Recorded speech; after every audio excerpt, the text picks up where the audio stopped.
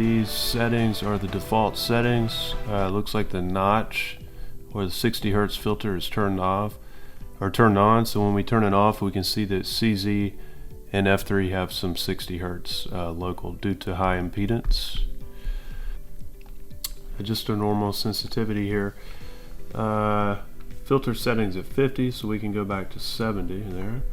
There's a little break in the recording. So this is actually an EEG which contains like consolidated files or different clips that were stitched together. But we do see something rhythmic over the right frontotemporal region or right anterior temporal region. So that is suspicious for something paroxysmal. But we do notice that this is a low voltage recording. But a low voltage recording, there's some rhythmic activity over the left temporal chain, left anterior temporal. We also see some ECG or EKG artifact in the T4 T6 channel and the F8 T4 channel. But let's get to, there's some more activity there in the left anterior temporal. But if we get down to business, the first thing we're going to do is turn up our sensitivity, increase the sensitivity, just because this is a low voltage record. These look like left temporal seizures, but since they're in the delta range, it's okay just to compress your time base. And I wanted to show you another useful, and that is quantitative EEG or persist. Go back to the beginning of this EEG. We can see that this proprietary rhythmicity spectrogram over the left here, there's some rhythmic activity in the left temporal, left anterior temporal, and then we can see a little bit later frontotemporal rhythmic activity, and then again a little cluster of right temporal rhythmicity. And you can see that a lot of these which are replicated or they transcend the trends. So if we go to let's start with this seizure right here. So this is a right hemispheric seizure. If we look at the asymmetry spectrogram, we can see at this moment in time the right hemisphere, which is the red color, dominates all of the frequencies starting at really around 3 Hertz and going up.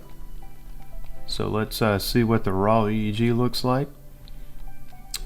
And we do see some evolution in that right anterior temporal for sure. And if we are to zoom in with our time base on the quantitative side and go back to the beginning of this seizure, we can see how across time, so your x-axis for all of these trends is just time. So you can see, and let's zoom in a little more. So now we have a quantitative EEG time base of 15 minutes in duration. You can see as we move across time, the rhythmic activity gradually decreases in frequency. So that's deceleration or a gradual, so it starts in this frequency up here in the theta range. Whoops, let me go back. And then it decreases over time. And we can see this is replicated in the fast Fourier transformation spectrogram over the right hemisphere. So maybe if we do F8 T4, which is right there, we can see the activity a little bit better. And so starting about right here, x-axis is time, y-axis is just showing you the distribution of frequencies and how well they're represented. Similar to a Doppler radar when we're talking about the spectrogram.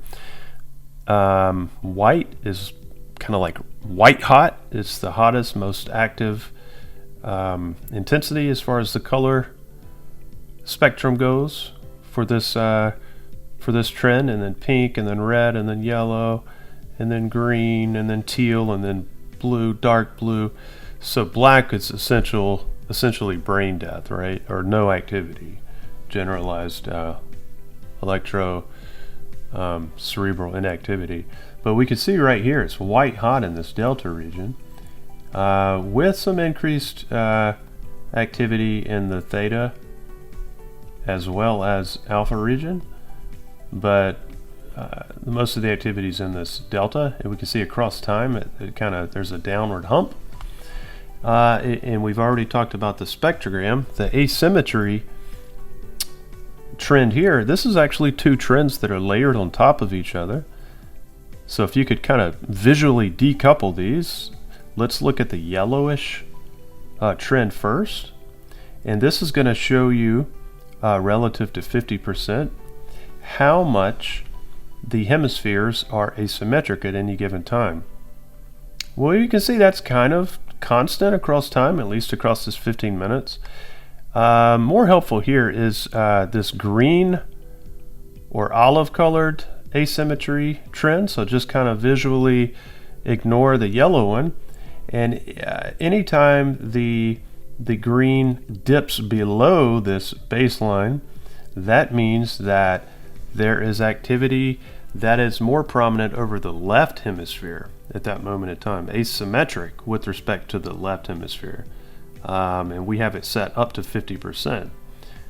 So starting about right here, we can see that there's this outlying period where the left gradually, or pardon me, the right hemisphere above the x-axis gradually increases in asymmetry with respect to the left hemisphere.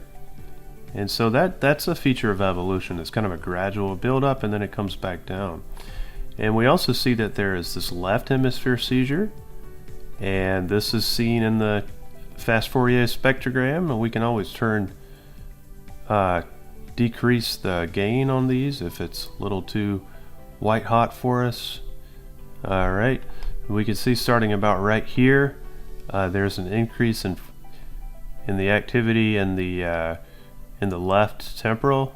We can also trim out the faster frequencies if we want, because these seizures are in the delta range, and we can see that there's a kind of an outlying hump right here, correct? Which you don't see over the right. And then the rhythmicity spectrogram, which is just showing you increased rhythmicity. You can see in the left temporal, F7 to T3, there's it starts in the delta range. Let's zoom in a little more just so you can kind of see how it moves across time. So it starts right here, right? And as we move across time, it goes up a bit. Let's see, show values. All right, let's go back. Let's look at this one right here.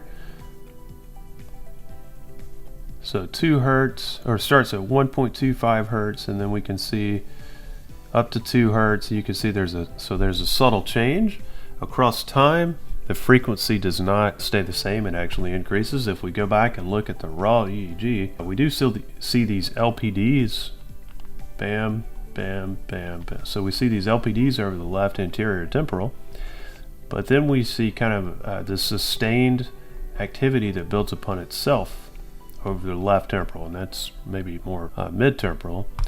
And then of course the asymmetry spectrogram, left is blue, so we see the blue has an outlying little segment here, or expansive time, where it sticks out. So I went back to a 30-minute time base with persist. And so if we look at the peak envelope trend, we can see where the right or red hemisphere really starts to separate or decouple from the left about right here, and that matches these other trends. So in a nutshell, you can use multiple trends to identify seizures, and a lot of times they complement each other. But as you can see, I'm not using the seizure trend, the actual seizure detection trend, because that is not always, or many times is not the most helpful trend. The value in quantitative EEG is really being able to make sense of all of the other trends, because that seizure detection trend is not going to capture as many seizures as ideal. So the human eye and your trained eye is better at picking up seizures. So we can see the quantitative EEG to fill the page. So we can see that here is a left temporal seizure right there, and then we can see a little bit later there's a right temporal seizure, and then another right temporal seizure, and then a left temporal seizure right about here, and then a right temporal seizure here, and then a left one here, and then a right here.